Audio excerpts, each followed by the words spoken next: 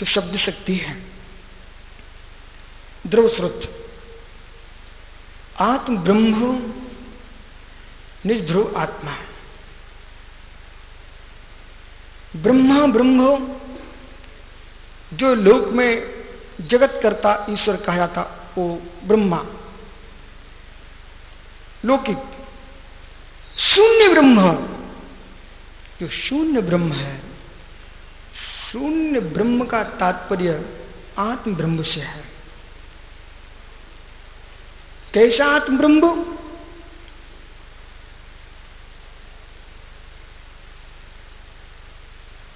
शून्य सुपोहम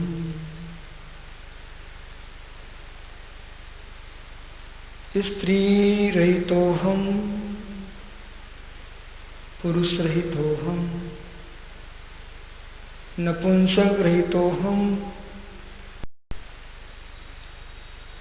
त्रियंच रहितोहम देव पर्याय रहितोहम मनुष्य पर्याय रहितोहम नारकी पर्याय रहितोहम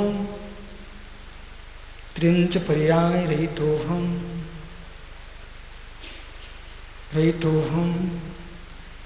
स्पर्श रहितोहम गंध रहितोहम वर्ण रहितोहम बल रहितोहम रस रहितोहम लिंग रहितोहम लिंग रहितोहम। तुलसीदास ने एक शब्द पकड़ा, देखो राजेश भाई, देखो तुलसीदास ने एक शब्द पकड़ा। देखो द्रव्य दृष्टि तो सबको पकड़ना पड़ती है। कर्ण रहितोहम पैर रहितोहम हाथ रहितोहम सिर रहितोहम उपस्थ रहितोहम जनेन्द्रिय रहितोहम रसनाइंद्रिय रहितोहम सोहम। बिन पग चलहे सुनहि बिन काना,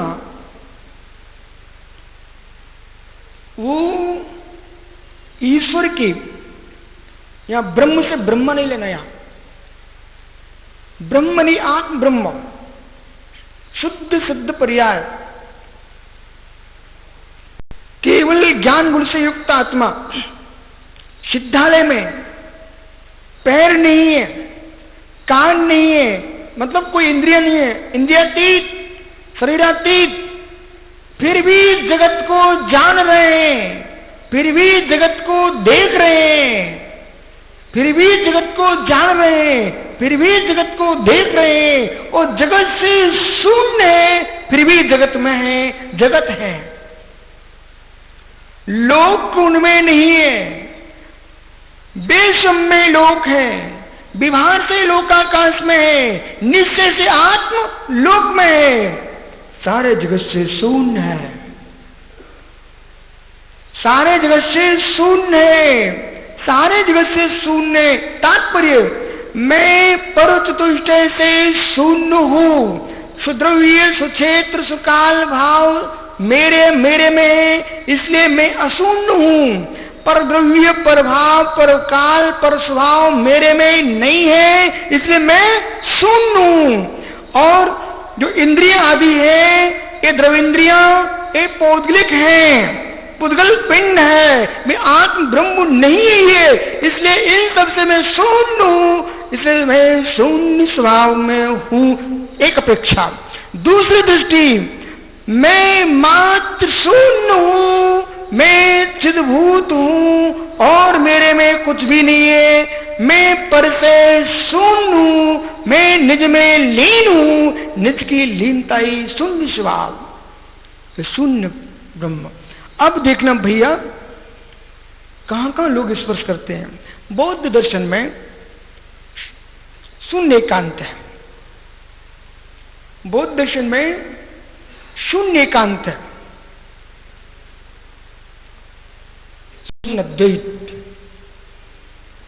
शून्य अद्वैत, विज्ञान अद्वैत, शून्य अद्वैत, चित्र अद्वैत, जितने दर्शनों की व्याख्या होती है सब भारतीय दर्शन है।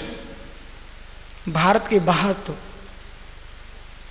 मौज मस्ती में रहने वाले लोग रहे हैं, कोई दार्शनिक चिंतन नहीं कर पाए इतना गहरा।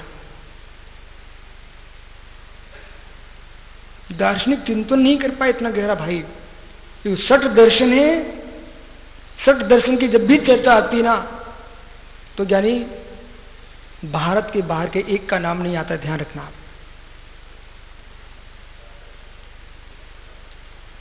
सांख्य, मीमांसक, वैशेषिक, नैयायिक, जैन, बौद्ध, चारवाक,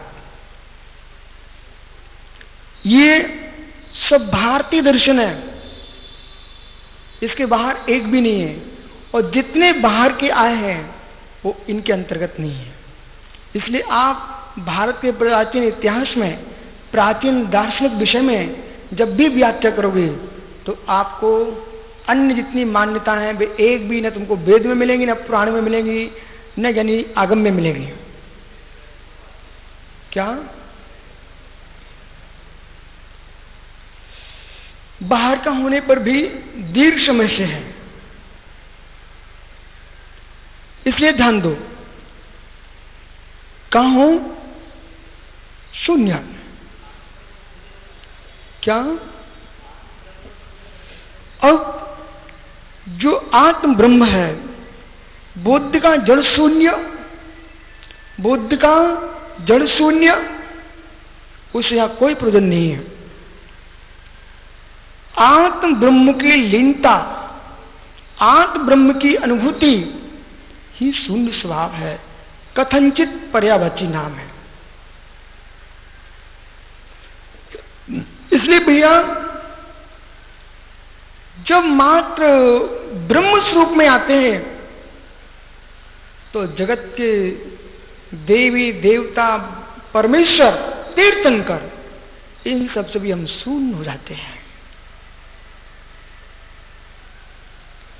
जब योगी स्वरूप में लीन होता है, स्वरूप में लीन होता है तो अपने आप को परमात्मा से भी दूर देखता है, क्योंकि माँ का, पिता का अनुराग का आनंद तो आ सकता है। माँ का, पिता का अनुराग का आनंद तो आ सकता है, पर बेटे तेरे निज की अवस्था का आनंद तेरे में ही आता है।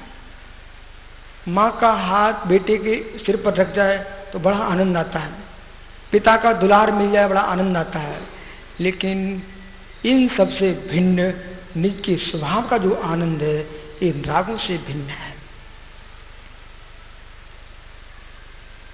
आइए पुनः आकाश, वकील साहब समझ में आया?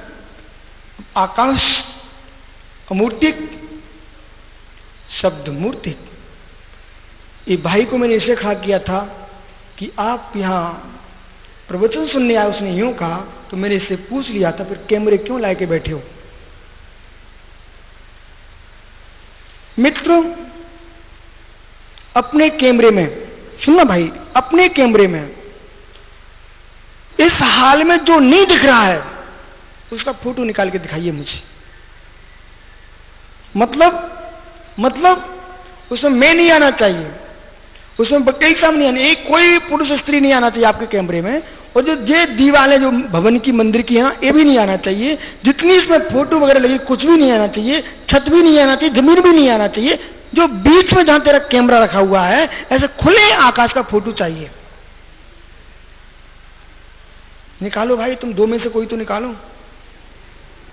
भैया तू निकाल लेगा? मित्र तेरे कैमरे की क्या शक्ति तीर्थंकर के कैमरे में भी नहीं आएगी। बस तो क्या आएगा? बोले जो है सो वो ही आएगा।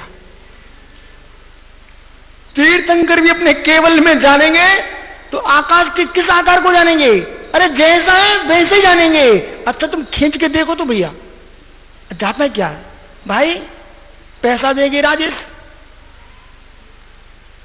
छतरपुर समाज देगी, तू तो खींच, तेरा क्या जाता है? हो ज्ञानी आग्रह भैया तुझे इंदौर वाले देंगे, तू तो खींच के तो देख। हैं? ओह भैया, जो मैं कह रहा हूं वो आ रहा कि नहीं? हाँ दादा सुनो, यही तो मैं कहना चाहता हूं। जो शब्द को आकाश का धर्म कहा गया है उसकी व्याख्या चल रही है। जो आकाश किसी से बाधित नहीं होता, आकाश किसी को बाधित नहीं करता है। तो ज्ञानियों, पर जो शब्द है वो कैमरे में पकड़ा जा रहा है, देख लो।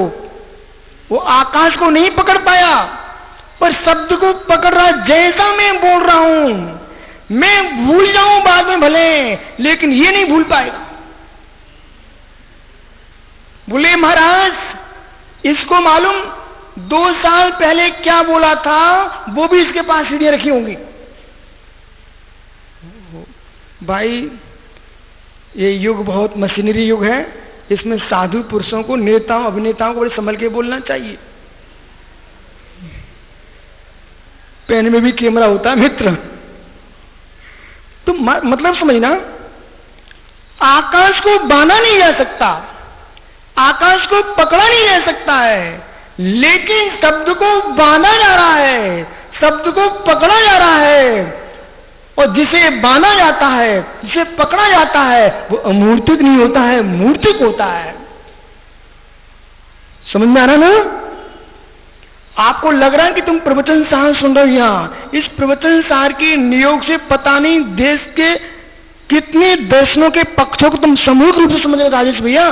अब देखना, उस शब्द है, आकाश किसी को मारक नहीं होता, ध्यान रखना। आकाश किसी को मार नहीं सकता मित्र।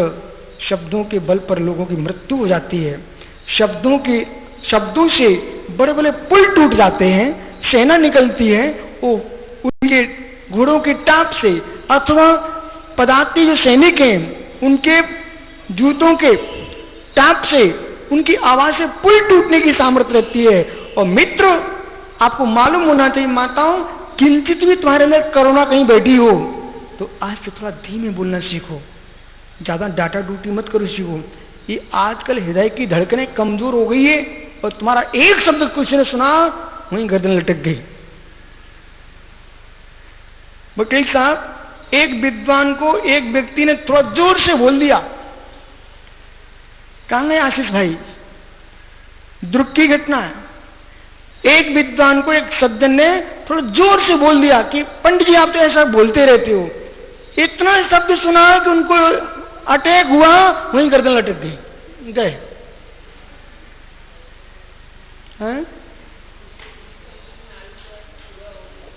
अब यदि आप उसी समय आयु क्रम को मानते हो, फिर तो आपकी मानसिकता में अकाल मरण नाम की वस्तु ही नहीं बचेगी।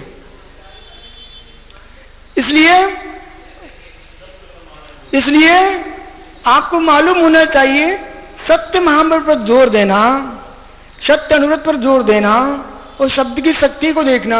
शब्द तुम्हारे लिए संक्लेशता का भी कारण बनता है, शब्द तुम्हारी विशुद्धि का भी कारण बनता है।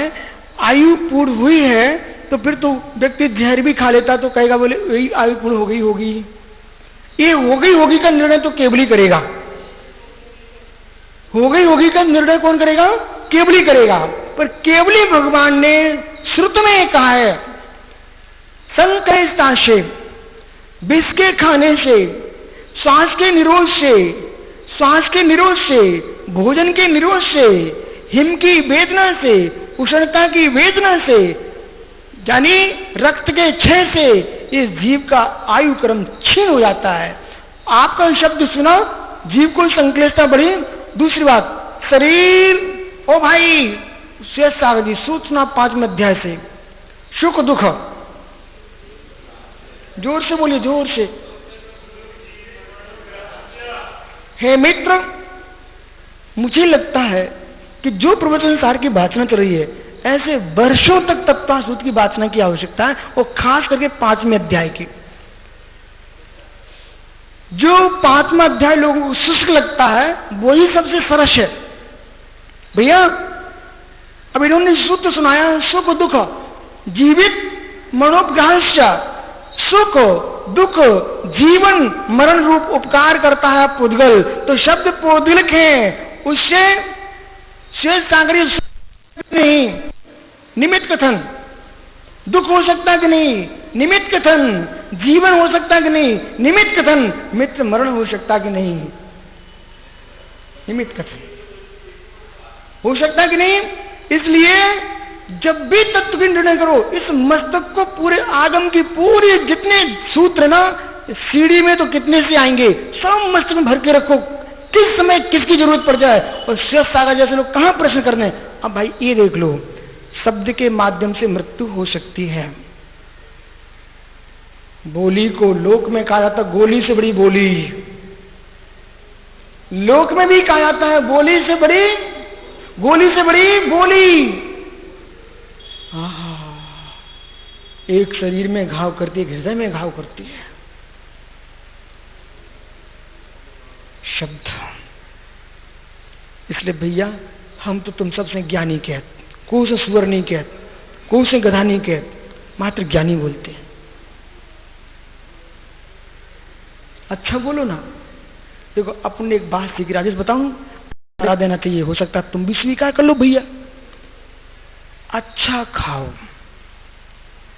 अच्छे रहो, अच्छा बोलो, मीठा खाओ, मीठे बोलो और मीठे रहो। बुंदेलखंडी में कहो, नोने रहो, नोने खाओ, नोनी कहो।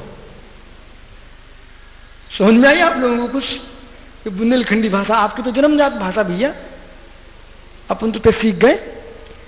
नोने नोने, नोने नोने, ओ यानी भिंडी, नीके नीके, नीके नीके, नोने नोने, अच्छे अच्छे। मतलब अच्छा बोलो, अच्छा भोजन करो, अच्छा भाषण करो, जिससे लोगों को विकार ना आए। हो शब्द ब्रह्म। ए भाई बातें प्रारंभ मत करो, मेरे से पूछो जो कुछ पूछना है। चार मुक्का दे दे आदमी किसी को तो उतना शरीर न टूटे, और किसी ने चार बातें उल्टी सुना दी ना, वही उसके पूरे शरीर की शक्ति छीन हो गई। इससे अप्रमेय सागर, न कोई को उल्टी सुनने, न कोई को सुनाने, न टेंशन लेना, न देना, क्योंकि मगन रहना, मगन रहना। जोर से बोलने पर माइक भी फट जाता है, जोर से सुनने पर वकील साहब कान के पर्दे फट जाते हैं,